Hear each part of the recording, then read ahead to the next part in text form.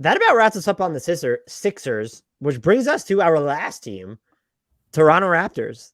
Key free agents include Chris Boucher, unrestricted full bird, Yuta Watanabe, who would actually be a good fit for the Sixers. They probably want someone who's like played more, though, I'm assuming. Thaddeus Young is also a free agent, as is Isak Bonga. He's a non-guaranteed deal. Other notable non-guarantees, Delano Banton.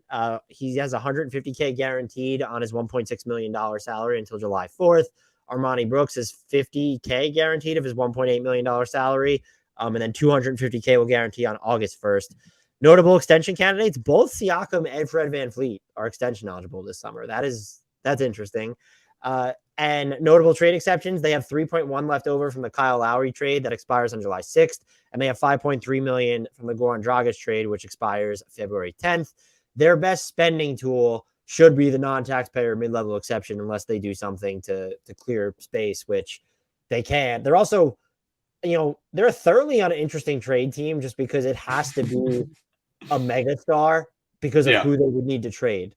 It would have, like, even the Rudy Gobert structure is like, unless it's literally OG Anunoby and the rest of your roster that isn't Gary Trent Jr., Pascal Siakam, Scotty Barnes, and Fred VanVleet, like you would have to trade Gary Trent Jr. and OG Anunoby almost in the same trade. So what do you have as just their biggest needs? What are you like looking to see from them going into the free agency? I think they don't have enough 6'9" players. That's really, I think. I mean, the way Bobby Webster was talking, they don't think that they do. I know. It's just awesome. I know I'm like saying that half facetiously, but I also think they genuinely might just want to go a full team of guys between 6'7" and 6'9" who can dribble, shoot, and pass and defend. And maybe that's just the vision. I think when they ran into Embiid in the playoffs and they didn't have anyone who could guard him unless they broke his face with an elbow in garbage time, that at least suggested that they could use a traditional center, or at least someone who can soak up minutes against bigger guys. But at the same time, like, how many of the other teams that you're going to go against in the East, other than Philly, has that like low post behemoth? Like Brooklyn, even if they bring back Nick Claxton, you're not worried about that. Robert Williams, sure, but that's not the way he's going to score baskets. He's going to be a lob threat and he'll be a like offensive rebound putback type of guy, but he's not going to create his own off of post ups. Brooke Lopez is just going to bomb away from three. He's not going to post up a ton. Bam Adebayo, same deal. So like, I agree they could use one, but I feel like their need for one is overblown. And so thank you. I just felt like I was on my own a little bit. I don't really know how Raptors fans feel about it, but I hate Rudy Gobert's fit there. Yeah. It doesn't need to be that level of center. Right.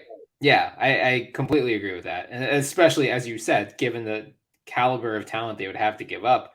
Like, if they're giving up OG and Trent, I'd almost be asking Utah to send more back, or at least send a pick back. And like, Utah would definitely go tell you to F yourself. But like, Rudy on that contract, I get the value that he brings. And I'm not saying that he is a bad player or that he is overpaid. It's just, it is tough to build around someone on that type of a contract in general, unless they are a top 5 NBA player. And even the most ardent Utah Jazz fan, I hope, would not argue that he is that caliber of a player. So the Utah Jazz fans in our Discord and who listen to this podcast and comment on YouTube or whatever, they seem pretty like, I think some of them want to trade Donovan Mitchell instead of Rudy. Yeah. But look, that's fine too. Rudy Gobert is probably certainly in the regular season, you can make the case he's the more valuable player. It's just Donovan Mitchell is the prototype of player you would rebuild around, not just because of his point of attack offense. He's also he's younger. Right. I think that is coming more from like, we know who the source of all of this discord is coming from. And even if they trade Gobert, are we just like biding time until Donovan Mitchell was shocked to hear that Quinn Snyder was fired. I said this I can't remember if it was Grant or Adam on a podcast. Like, I'm not plugged in, and we all just knew based off people who were plugged in, just hearing it in the ether that he was leaving. Donovan Mitchell probably knew a little bit more than we did, you would think. Yeah. Yeah, like I have a feeling even if they trade Gobert this offseason, like he asks out in the next year or two anyway. So I think they just might want to rip the Band-Aid off. You're definitely getting more from Mitchell in a trade this summer anyway. than you are for Gobert. So that is all beside the point. But yeah, I would not. I'm cool with like Precious Achiuwa has showed something interesting this year in Toronto, and like if you've got all these 6'9" guys, you have Siakam, Barnes, Achiuwa. If you re-sign Chris Boucher, like, and you should. Chris Boucher forever. Every team should sign Chris Boucher. yeah, hopefully Nick Nurse will stop hating him at some point. They've got OG's 6'7", has got a huge wingspan. Like they've got plenty of length. It's you don't need to break the bank on a center. Would you be okay?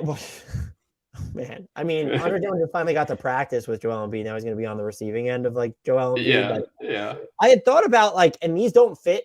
First of all, the list of bigs who might give you a shot against Joel Embiid is just so tiny. Right. Like, I would ultimately be okay with the bigs that I'm about to name for the most part if they went and spent their non-taxpayers mid-level on that big. I didn't want to see them make an actual trade for one when you have like, Pascal Siakam's not incapable of playing the 5. Like when you have your lineups that are positionless or you've had OG defend certain centers, maybe that's what you're looking to get away from. Isaiah Hartenstein would be great here. Maybe not as mobile as they're used to, but he's a really good rim protector.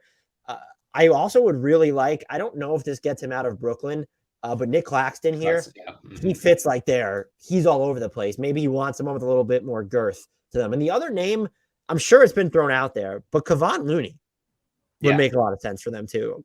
If you trust Siakam and assuming Boucher comes back to sort of space the floor as his other front court partner, I can't remember, but I was seeing someone talking about like, well, Kevon Looney's not switchable enough. And I was like, there are a lot of things that Kevon Looney is not switchable enough is not one of them. No. So did we watch the same finals? Right. So those would be like centers. I would be okay with them. I don't want to say burning, but using I don't know why I'm like, they're not setting money on fire. Those are really good players. Spending BML on. But I would also really like to see them get just like, I mean, if they can create in the half court, that's a bonus because their bench is kind of thin. They ran their starters around this year. I'd like to see another half court creator. I thought this would be a sneaky good Victor Oladipo team if he's a non-taxpayer MLE guy. That would be, yeah. I mean, for Looney, because I think the Warriors have bird rights on him, if I'm remembering correctly. Right. This is like we're about to see how much the Warriors don't care about the tax. Like, right. They have early bird rights on GP2, so they could pay him basically more than anyone as well. Yeah, and then just use the taxpayer on auto. Because, like, I would think 10.3 million. With their current luxury tax bill, it's not just 10.3 million, but like it's not like 1 billion, but right. But it's not like the Raptors are going to pay him like 25 million. If that were the case, or if like the Knicks are going to swoop in and pay him 25 million. It could be a matter of he's going to wind up having the non-taxpayer mid-level market, and are they willing to? He has never been paid.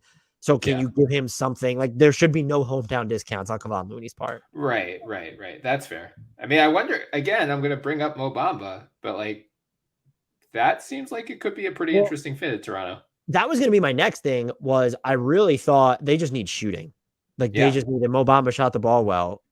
There aren't a lot of, the more you look, like there are not a lot of pure shooters on the market. And then some of the ones that you kind of, where I was looking at either shooting or someone who could give you point guard reps, like they just don't fit the Raptors mold. Like a Gary Harris, a Tyus Jones, not the best shooter, but like as another sort of guy to manage your offense, like those don't seem like Toronto Raptors players. They very much admitted that they have a type. And so I could see this going in a bunch of different directions. I could also see them not signing the center at all. You have Thaddeus Young, you have Chris Boucher, roll it back that way, I suppose. I just like maybe they'll make a minimum signing, but I could see their non-taxpayers mid-level going to something other than a big for sure. Yeah, I could too. I mean, because they could take a cheap flyer on like a Derek Jones Jr. maybe, or that's a good one.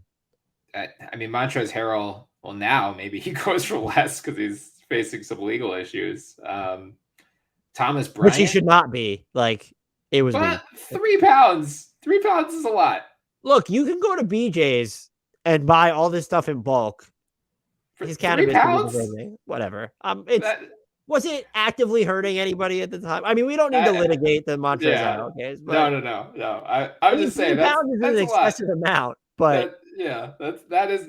Look, unless you are buying it for your whole block, right? Look, if he needs to sell it because he didn't get like the max contract he was looking for, like I right. you gotta just his side hustle. Yeah, I mean, like, I don't know what Thomas Bryant gets if there's a huge market for him, but like maybe you can get him on a min deal or like. To that point, they are a team that can afford to go offense first in basically whatever they do. Yeah, yeah. I mean, they are the good thing for them is that they are one of the few teams where wing is not a huge need for them. So while everyone else is fighting over the same like 6 mid-level targets, they might be able to swoop in and steal someone like a Bryn Forbes, maybe. Ooh, okay. Uh, There, I thought about what was the other. Oh, so one of the names I thought about. I don't know if the non-taxpayers level is enough to get him out of San Antonio, but Lonnie Lonnie Walker Walker, yeah, would be interesting here. Like someone they could talk. All right, he's like big enough to where we can move him around, but like he is someone who is comfortable like getting shots up and putting the ball on the floor. right. And Yeah, I mean what Malik would Monk too. I'll name him as like if you're looking for just a pure shooter again. I want like would they have the stomach and how much does he cost? Like Joe Ingles, when's he coming back next year? Oh yeah, He could slow it down for them a little bit on offense. And he shoots well, obviously. Didn't have the greatest season this past year, but still. right. Yeah, I mean I think. Well, I mean I guess all their biggest concern will be the playoffs. Like so, as long as he's back by then. But you mentioned the bench is pretty thin, so I That's a think good point. one of the like you want to round out the roster and like make sure you're not playing Fred VanVleet 38 minutes in late November so they get to the playoffs and aren't totally gassed already. Who do you think, to wrap up here, is more likely to sign an extension, Fred VanVleet or Pascal Siakam? Ooh, uh, Siakam's eligible for a much bigger extension than VanVleet, right? Yeah, because he makes a lot more money. So like Yeah. Fred VanVleet, So 20% off his number, I actually think is probably fair market value for Fred VanVleet, but he's got to be looking at like he has his player option next year, and like, there'll be teams that there'll be a team that would probably max Fred VanVleet next year. So my guess is that he of the two would be less likely to accept an extension. But if you're going to extend yeah, Siakam off of his, what is he making? He's at 35.4 next year and 37.9 in 2023, 2024. yeah. So that's probably. I mean, it might not be his full max, but that will be close enough that there actually might be some. And again, frankly, like not knowing what the new CBA is going to bring and not knowing Right. just how high the cap is going to spike in 25. Like, I think if you've got guys who you feel comfortable building around for the next 4 or 5 years, you should try to lock them in as soon as humanly possible. Because I think most agents are going to say, like, let's wait a year or two. Like, we've got a big payday coming around the corner. Yeah, and that's why I'm almost positive because Van Fleet's probably in for more money even before that windfall. Yeah. Siakam is the one I would look at, and I'd be comfortable extending feel like the number he could wind up at from here is probably actually one that might be sort of mutually okay, like that middle ground. Right. Right. Yeah. Because, I mean, again, like it's going to kick in 24, 25. So most of the extension will be under the new TV deal cap numbers. So whatever the cap rises to, like even if Siakam's making 40 plus million, if the cap's at 170, Right. he's all of a sudden making what like less than 25% of the cap, even though is he a 35% guy after, or is he still 30? I think he might still be 30. I know he's got to still be 30. I'll check really quick. Right? I forget how Yeah, many because years. he was 2016. Yeah. Yeah. So he'd be, so maybe, does he wait 2 years to become a 35% guy? Is the other question. Well, but he would have to sign you could do a shorter extension. Yeah, that's true. Maybe At that's that the point. play. Yeah. And that would work out for both sides then too. Because if he's in a position to get the full boat when his contract's up, then great. That means he's played like fantastically for you. Right. Yeah, I mean, again, like I'm gonna write about this at some point because I think it is a point worth hammering home, like over our heads for the next 3 years. Yeah, extensions normally aren't worth it to begin with based off the raises you could get, but there are still a few. I think Siakam's is one, even with the TV money coming around. That's one that I just find interesting. And if he was willing to sign out for longer, it works out better for Toronto. Anything else on this team? Anyone else that you thought of for them as a free agent? One of the free agents I didn't want to mention, I was afraid to kick around his idea. I deleted it from my note. Oh, I thought about Jalen Smith for this team too. I was like, they want another big. He shot well in Indiana. Like, let's give it a go. They like developmental project. They dance to the beat of their own drum. But yeah, Because Indiana is limited. They can only offer him like not a ton of money, right? I assumed he would be back there anyway because I don't know who's Yeah. barreling down the door to sign Jalen Smith, but I feel like I shouldn't be allowed to talk about the Raptors because I just assume that they'll try anything is basically Right. where I'm at this point. I know. It's imagine having a coach and executive.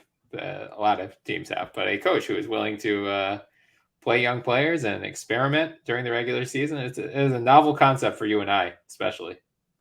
Bryan, are you able to tell everybody where they can find you and the great work that you do? Yes. Well, thank you again for having me. You can find me on Twitter at Toporek. That's Toporek. You can find my stuff on Forbes Sports. Going to have a lot about the Sixers. I've written a ton about James Harden's contract and blah, blah, blah. I've got non-taxpayer targets, and I'll have taxpayer targets for them. And I'll have some like general, once we hit a lull, I've got some general new CBA thoughts to unload in August. So stay tuned there. I will be pestering you to come on and talk about those. I'm excited for that. Yeah, I mean, because again, like the Supermax has got to change. I think. I wonder if some of these extension rules change. I'm just curious how all this plays out over the next year or two. And you can find my podcast, the NBA Podcast, wherever podcasts are found. Yes, check that out. Him and Mort are great. Thank you so much for coming on, especially because we've been staying to about 10 to 12 minutes a team, and you and I did naturally, I think it was 20 minutes a team at this point, but this was great. Thank you so much, and we will talk to you soon, BT. Until next time, we leave everyone with the shout out to the one, the only, the legendary, the conference finalist that could be a free agent, but he won't be because his team is going to be smart enough to guarantee his salary, Frank Ntilikina.